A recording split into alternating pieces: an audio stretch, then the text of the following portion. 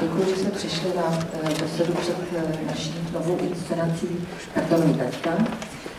Mám tady režiséra inscenace pana Matičku. A vzácného hosta, živého autora, pana Ištvána Pešány. Môžete povedať nejaké citné historky? No ešte dokonca je to aj taký varovný prst, že ak sa všetci smejú počas skúšok, tak divákov to baviť nebude.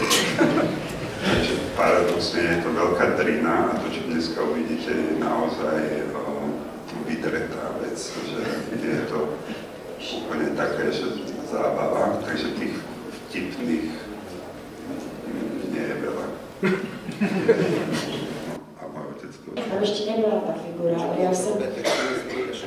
já jsem viděla, že to i z toho nápovědu výborně funguje, takže jsem toho nemocnému herce vzkázala, že už ani nemusím. My jsme zjistili, že on zo Sklena už je taký moc vyťažený, že jsme sa mu vyhražali, že ho vystredneme z kartu.